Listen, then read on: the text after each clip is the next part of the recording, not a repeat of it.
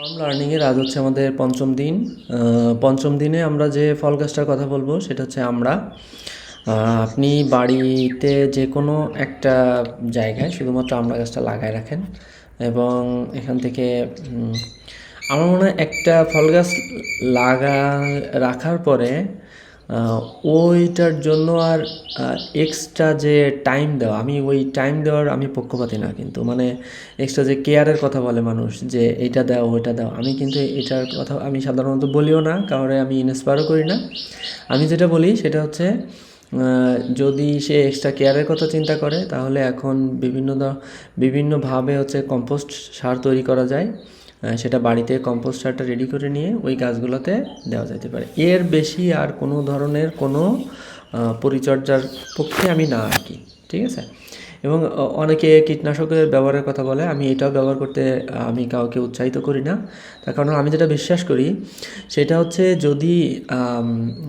যদি প্রত্যেকটা ফ্যামিলিতে আমি যে গাছগুলোর কথা বলতেছি সেই গাছগুলো যদি লাগানো থাকে তাহলে কিন্তু আমরা যে আমাদের ওভার প্রোডাকশন দরকার হয়, তার কারণ হচ্ছে শুধুমাত্র যে আমাদের জনসংখ্যা বেশি, এইটাকে মিট আপ করার জন্য আমাদের এই ওভার প্রোডাকশন নিশ্চিত করার জন্য আমরা কীটনাশকটা ব্যবহার করি। কীটনাশক আমাদের দেশে যেভাবে প্রডিউস হয় সেখানে বেশিরভাগ সময় হচ্ছে মিনিমাম লেভেলের যে গাইডলাইনটা মেনটেন করা উচিত সেই মেনটেনটা করে আসছে কি না, বা সেই পসিবিলিটি নিয়ে আমার কিছুটা হলে সন্দেহ থাকে। হ্যাঁ, যে কারণে আমি কীটনাশকের পক্ষপাতী না, চেষ্টা করি যে কীটনাশক ছাড়াই মানুষকে উৎসাহিত করার জন্য যে আপনি কীটনাশক ছাড়াই হচ্ছে আম গাছে কীটনাশক দিয়েন না, বা আপনি একটা পেঁপে গাছে কীটনাশক দিয়েন না। তো তখন প্রশ্ন আসে যে তাহলে এত মানুষের খাবার কীভাবে জোগাড় হবে? তখন যেটা আমার সমাধান যেটা, যে প্রত্যেকেই তার নিজের মতো করে খাবারটা উৎপাদন করবে। সেটা যদি হয় তখন তো আসলে আমাদের এই যে ওভার প্রোডাকশন আমাদের যেটা দরকার হয়, যেটা নিয়ে আমরা খুবই কনসার্ন থাকি, সেটা কিন্তু তখন আমাদের দরকার নেই। ঠিক আছে। আমি যদি আমার বাড়ির যে আমড়া গাছ, যেটা একটা আমড়া গাছে আমড়া হলে 5 জনের একটা ফ্যামিলির জন্য সারা মানে যে আমড়ার যে ডিমান্ডটা সেটা কিন্তু শেষ। একটা আম গাছে যদি ঠিকঠাক মতো আম ধরে তাহলে আমের যে ডিমান্ডটা একটা ফ্যামিলির জন্য, 4জন বা 5 জনের ফ্যামিলির জন্য, সেটা কিন্তু সে মিট আপ করতে পারে। ঠিক আছে। তো এই জন্য আপনারা চেষ্টা করেন আর কি, আমি যখন যে গাছটার কথা বলি এই গাছটার জন্য খুব একটা বাজেটও লাগে না, হয়তো 200 টাকা 150 টাকার ভিতরে আপনি বেশিরভাগ গাছগুলো পেয়ে যাবেন। আর সব গাছের যদি বাজেট আপনি ধরেন, আমার কাছে মনে হয় গাছের লিস্ট আছে কত, 100 সামথিং। তো সেই গাছগুলো যদি আপনি এক জায়গায় করে নিয়ে আসেন, আপনার একটা 10,000 টাকার মতো একটা বাজেট হলে কিন্তু শেষ। 10,000 টাকার মতো একটা বাজেটে আপনি জাস্ট গাছগুলো লাগায় রাখতেছেন এবং লাইফ টাইম মোটামুটি নিশ্চিত যে আপনার ফ্যামিলি বা আপনার নেক্সট জেনারেশান, আমরা যেটা বলতাম যে এটা হচ্ছে আমার দাদুর আমলের লাগানো তেঁতুল গাছ, যেটা আমার জেনারেশনে আসার পর সেটা যে কোনো কারণবশত আমাদের গাছটা কেটে ফেলা লাগছে। তো অনেক কথা বলে ফেললাম। আমি আমি খুবই চাই যে আপনারা গাছগুলো লাগান। তাহলে চলেন আমরা আসলে শুরু করি। গুগল ক্রোম গুগল ক্রোমে সেখান থেকে আমাদের যে ফর্ম আছে সেই ফর্মে যাই। ফর্মে যাওয়ার পরে এই যে সেই ফর্ম, তো ফর্মে আমরা আজ যে জিনিসটা দেখব সেটা হচ্ছে সেটা সেটা আসলে কি, সেটা ব্যক্তিগত তথ্য। এটাই পর্যন্ত আসার পর আমরা এখানে একটা আপলোড নামে একটা সেকশন রাখতে চাচ্ছি। তুমি কি ফল নিয়ে, জাস্ট আমি একটু দেখানোর জন্য, আমি অন্যান্যগুলো তো দেখাই ফেলছি, এখন শুধু এখানে ক্লিক করলাম। ক্লিক করার পর আমি এখানে দিই যে আমি জিজ্ঞেস করলাম আপনার কাছে কি কোনো ফলের লিস্ট আছে। ঠিক আছে। যদি থাকে, যদি তার কাছে ফলের লিস্টটা থাকে, তখন তাকে আমি বললাম যে এবার এখানে আমি একটা দিব, মাল্টি চয়েস না, এটা থাকবে হচ্ছে আপলোড, ড্রপ ডাউন, এটা হচ্ছে আপলোডটা আপলোড। তো এটা আসলে আপলোড দেওয়ার কারণ কি, কারণ হচ্ছে যে আমি এখানে কন্টিনিউ দেওয়ার পরে এখানে প্রশ্নটা হচ্ছে ফলের ফলের ফলের লিস্ট দেন। হ্যাঁ, ব্র্যাকেটে এটা আমরা লিখে দিলাম দেন। আচ্ছা, এটা থাক, সে যখন আপলোড করতে যাবে তখনই আমরা এটাকে একটা স্পেসিফিকেশনের ভিতরে আমরা তাদেরকে নিয়ে আসবো। ঠিক আছে, সেটার জন্য আমি এখান থেকে কি করব, এখানে আমি দিব হচ্ছে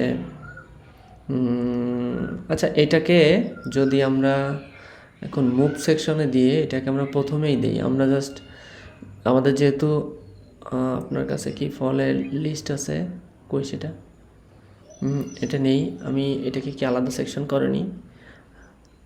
আচ্ছা, এটার কাছে এখানে এই যে ফলের লিস্ট, ফলের লিস্ট ফলের লিস্ট দেওয়ার পর এবার এটা কি এটা আলাদা সেকশনে হয়েছে না?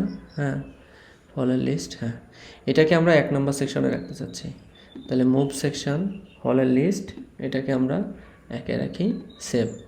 তার মানে সে প্রশ্ন দিক আর না দিক, উত্তর করুক আর না করুক, তাকে আমরা একটা ফলের লিস্টের ভিতরে নিয়ে আসলাম। আনার পর এনি স্পেসিফিক ফাইল টাইল এগুলো আমরা পরে আমরা একটু দেখে নিই যে এটা আসলে কীভাবে কাজ করে।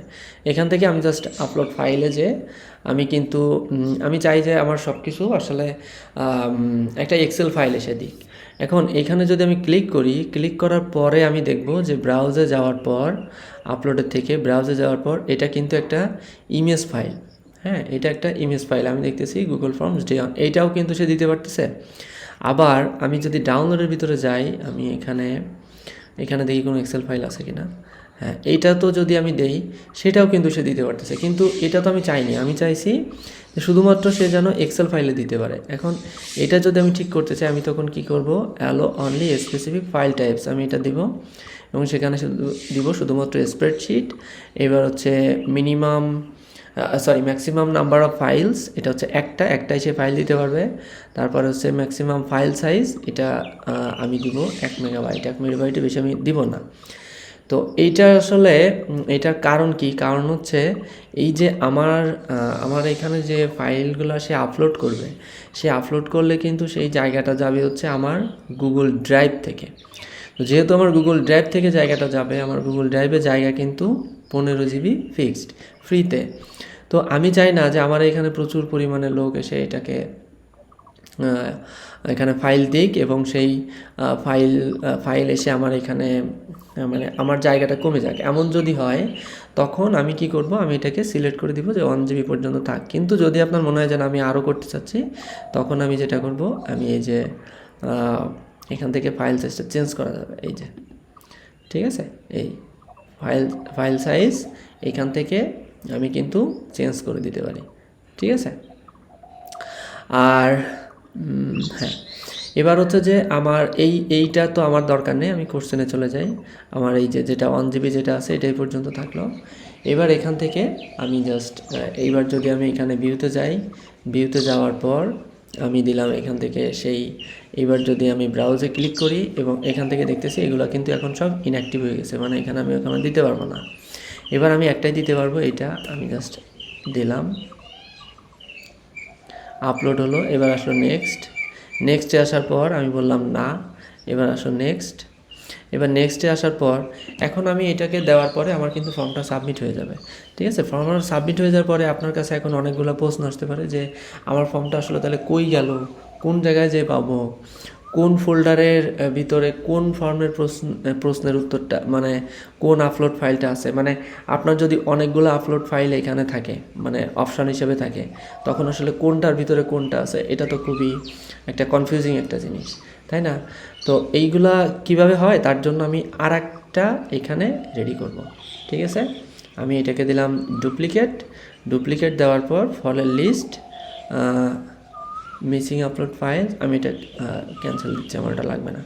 ফলের লিস্ট আমি এখানে দিলাম, এটা হলো দ্বিতীয়, এটাকে দিলাম ক্যান্সেল। এটাকে আমার নাম দিয়ে হচ্ছে 2, আর এটা অলরেডি আচ্ছা রেজিস্টার থাক। আর এখানে এটা দিলাম হচ্ছে এখানে দিলাম 2 আর এটাতে দিলাম 1। ঠিক আছে, ফলের লিস্ট দেন, এটা আসলে 2, আর এটা থাকতেছে আমার ফলের লিস্ট 1, ফলের লিস্ট দেন এখানে বলতেছি ফলের লিস্ট, নাকি এটা সবজি দেই, তাই না? এখানে সবজি লিখি,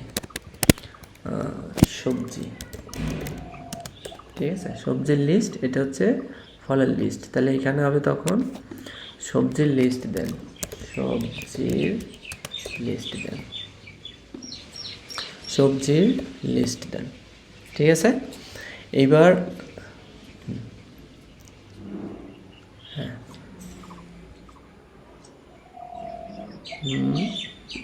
এইটা তো আমার এটা হয়েছে,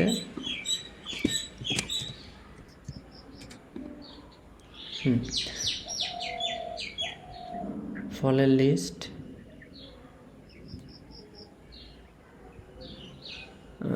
সবজির লিস্ট, সবজির লিস্ট দেন, ফলের লিস্ট, ফলের লিস্ট দেন। আচ্ছা, এবার আমি এইখান থেকে আমি কি করব, আমি এখান থেকে প্রিভিউতে যাব। প্রিভিউতে যাওয়ার পর আমি দেখতেছি ফলের লিস্ট, এখানে আমি ফলের লিস্টটা দিছি।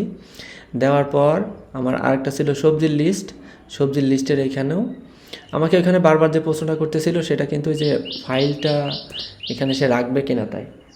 ঠিক আছে, তো আমরা দিলাম, আমি আবার এখান থেকে নেক্সট দেই। নেক্সট দেওয়ার পরে আমাকে সেই প্রশ্নটা করবে এবং আমি না উত্তর দিয়ে এটাকে আপনার, আচ্ছা এখানে বারবার এটাকে আমি যদি সাবমিট করতে চাই আমাকে কিন্তু নিবে না, আমাকে মিনিমাম কিছু একটা লিখতে হবে।